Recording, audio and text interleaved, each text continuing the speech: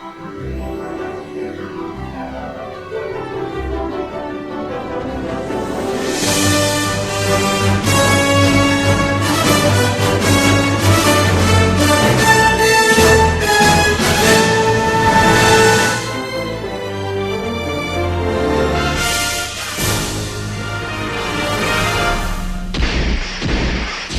and welcome to the next episode of Bill the Back to the Future Delorean. We are playing catch up this week after the bumper issue that was issue 4 last time, where we looked at Mr. Fusion and the reactor and things like that. So we are looking at 3 issues this week, issues 5, 6 and 7.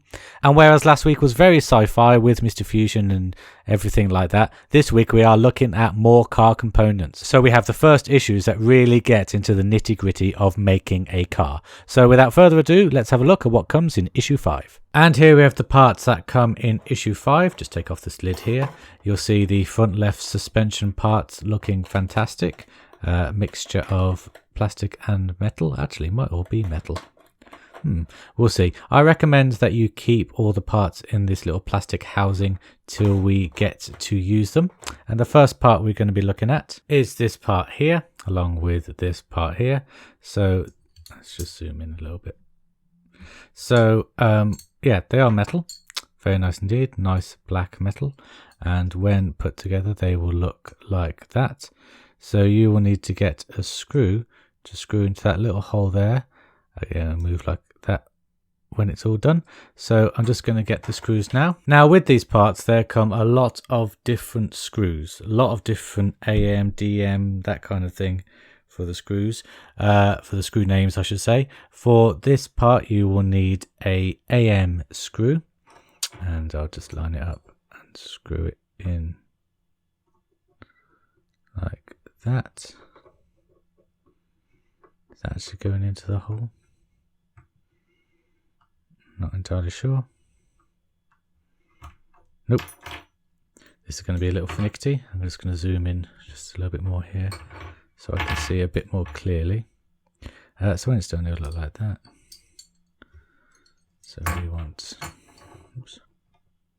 hole there. Now we'll just put the screw in the hole. The good thing about filming these build videos is the camera becomes a nice little magnifying glass, so that I can see exactly what I am doing. Well, that still doesn't seem to be going in. Is that in? Yeah, that's in. So that is that on that side. And again, I've got the hole on this side for the next AM screw. Just find it there. Maybe it's easier if I close it. That's not moving. Is that in the hole?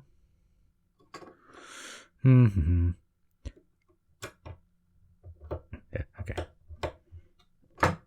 It will look something like that when it's all done. Not entirely sure I've done that right. Just going to go away and have a look at it in more depth. Be right back. There we go. I think I got my head around it. I think the key is not to do it, tighten them up so tight so that it does have some movement there. I could be wrong, but I can always tighten them up a little later on. So the next step that you have to do for this suspension is get this piece here, which looks like a little kind of club. And you see this hole here, we push it through this way. So it sticks out like that. And then there are 2 kind of little nubbly parts here. Oops. Focus. There we go. 2 little nubbly parts there and there, which you just need to push these parts onto to hold them in place for the screws, and it is harder than it sounds. See, that's not straight. Maybe it is. See, can you see through? You can see through. Okay, brilliant. So you need to be able to see through to the other side, and then you get your next screws, which are BM screws, and then we just screw either side of this tubular part. One in there like that, and the next one in there like that. Well, that doesn't seem to want to be going in.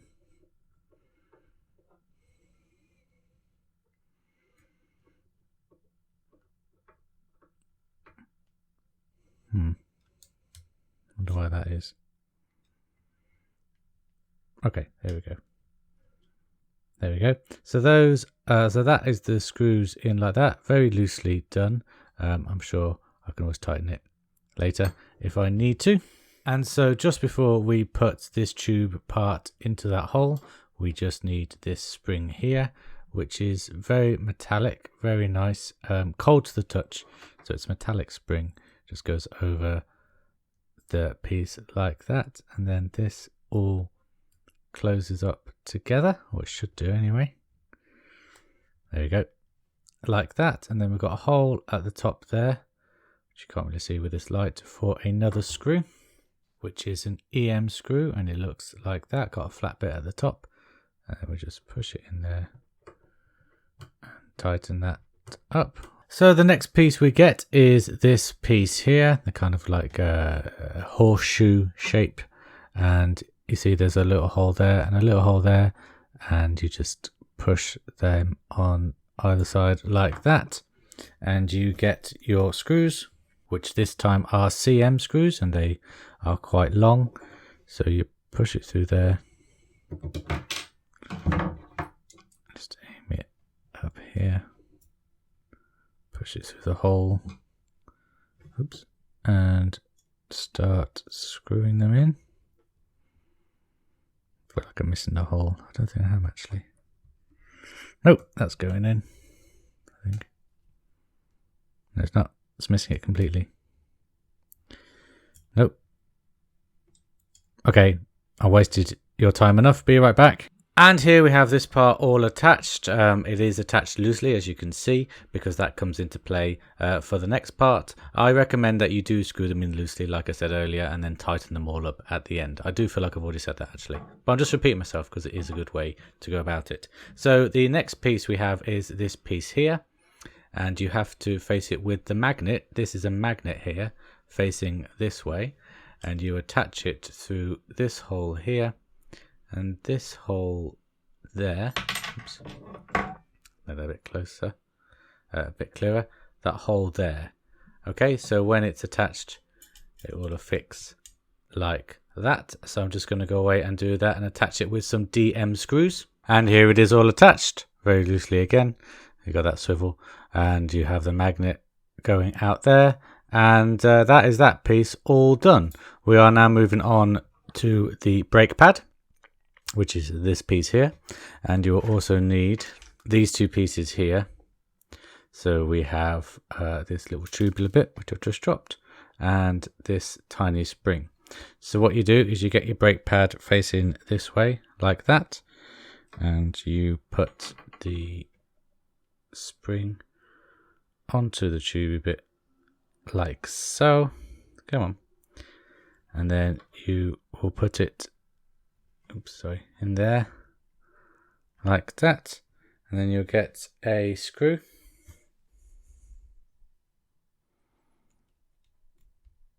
and you just screw it in like that with a DP screw. So it will look like this. Got a little springy bit there, and that screw will go all the way down to the base of that tubular bit. But just to show you, I'm going to leave it like that for now. So that is that part of the brake pad. And then we get this piece here, which is nothing to do with the brake pad. I'm not going to tell you exactly what it is just yet, but I will tell you that it attaches onto there like so.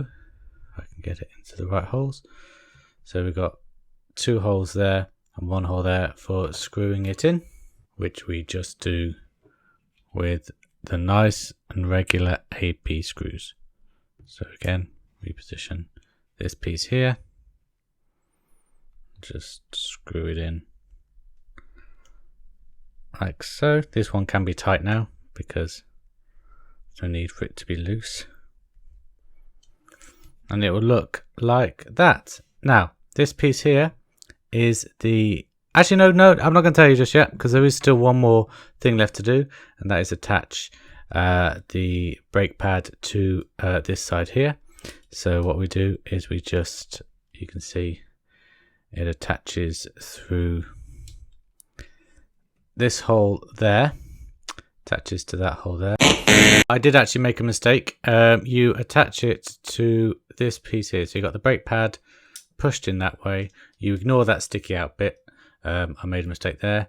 And that hole there and that hole there are attached with an AP screw. I made a little error there. This screw here is a DM screw, not an AP screw. So that is a DM screw to attach this part here. And that is the left suspension all done. Bit of give on there. And then we have the brake pad here. And of course this bit is the hover conversion unit. So there's a magnet there and a magnet there which clips the wheels in place. And then when you want to do Back to the Future 2, there we go. The hover conversion unit will attach to the wheel. In fact, let me just go get that wheel. Here it is. So we've got the wheel here. Somehow this will attach to that. And there we have, if I zoom out a bit, the wheel in its regular position, which turns. And then hover conversion unit, Back to the Future 2, flying away. And of course this is the left suspension, and we also got in issue 6 the right suspension. So that is issue 5 and 6, the suspension there. Wish I had 2 wheels, but 1 wheel there, 1 wheel there. Very exciting pieces. These pieces are components of the car, of course, essential to the car, and that is the suspension all done. Okay, so moving on now to issue 7 and the final part of today's video. We have the steering rack here. Now this piece we don't use yet, so put that aside for now, and we'll be looking at all these other pieces. So we have the main steering rod here. It is symmetrical and it looks like that. These 2 rubber parts, which have got some give to them, as you can see. These 2 metal parts as well. And then FM screws. So this part is actually very, very simple. You get your first FM screw, which I have here, and you take this piece and you have the square part facing outwards like that, and you just attach it to this rod here. Oops. Like so. It is a little tougher to do because it is a cylinder. There's a circle object, but that goes on there like that. And then you get your next screw and you just attach it to this piece here. So once again, just put that on there like so. And screw it down. Oops. Let's try again.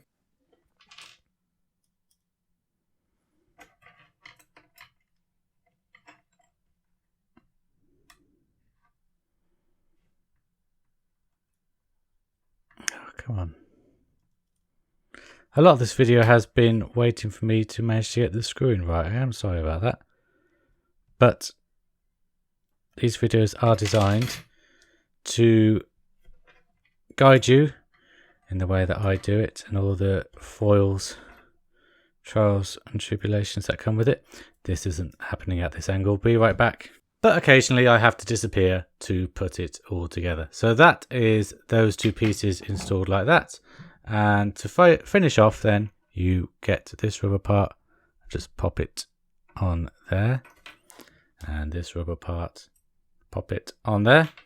And that is the steering rack completed. Oh no, sorry. Push them all the way down. All the way down.